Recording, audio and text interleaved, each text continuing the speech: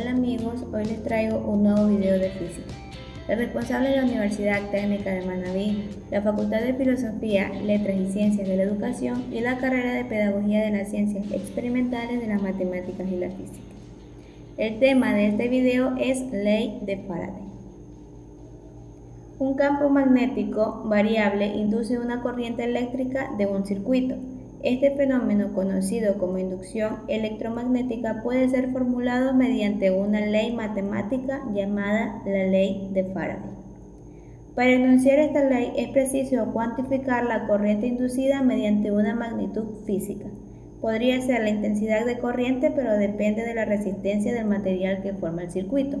Por ello, es preferible utilizar la fuerza electromotriz inducida o también conocida como FEN inducida. La fórmula de dicha fuerza es igual a menos la variación del flujo magnético sobre la variación de tiempo. El signo negativo nos indica que la fuerza electromotriz inducida se opone a la variación del flujo magnético. Esto es un concepto de la ley de Lane. Para un intervalo de tiempo infinitesimal, la fuerza electromotriz instantánea viene dada por la ley de Faraday, que nos dice que la fuerza electromotriz inducida en un circuito es igual a la velocidad con que varía el flujo magnético a través de dicho circuito, cambiada de signo. Entonces, la fórmula nos queda que la fuerza electromotriz inducida va a ser igual a menos la derivada del flujo magnético sobre la derivada del tiempo. Podemos calcular la intensidad de la corriente inducida de un circuito si conocemos su resistencia y la fuerza electromotriz inducida. Esto es conocido como la ley de Ohm.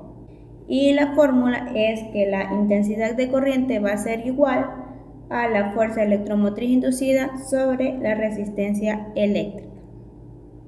También podemos decir que es igual a menos 1 sobre la resistencia eléctrica multiplicada por E, que como ya vimos es la derivada del flujo magnético entre la derivada de tiempo.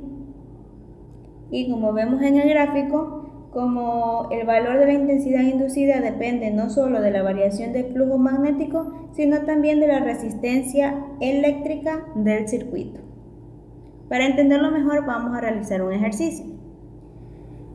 Dice que una bobina con 200 espiras de 25 centímetros cuadrados está situada en un campo magnético uniforme de 0,3 Tesla, con su eje paralelo a las líneas de inducción. Calculemos A. La FEN inducida en la bobina cuando se gira hasta colocar su eje perpendicular a las líneas de inducción en un tiempo de 0,5 segundos. Y B. La intensidad de la corriente inducida si la bobina tiene una resistencia de 30 ohms. Entonces, visualizamos la imagen del ejercicio y procedemos a sacar los datos que nos da el enunciado del ejercicio. Entonces, B va a ser igual a el campo magnético, que es de 0,3 Tesla. N va a ser igual a las 200 espiras. S va a ser igual a el área, la superficie, y como el ejercicio nos da 25 centímetros cuadrados, debemos convertirlo a metros cuadrados. Hacemos esta conversión y nos da que la superficie va a ser igual a 2,5 por 10 a la menos 3 metros cuadrados. La posición inicial, que es igual a t sub 0 igual a 0 segundos, y la posición final t sub f, que va a ser igual a 0,5 segundos.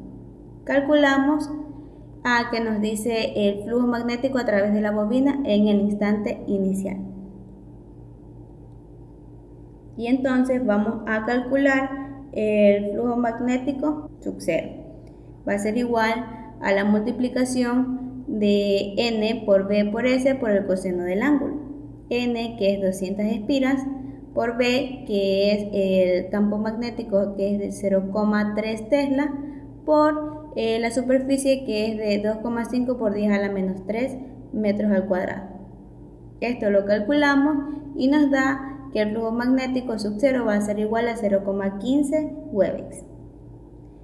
La posición final de B y S son perpendiculares, por tanto, el flujo magnético va a ser igual a 0 y la variación del flujo magnético va a ser igual a, aquí va a ser 0 menos el valor que ya calculamos, que es 0,15 Webex, y esto nos da menos 0,15 Webex.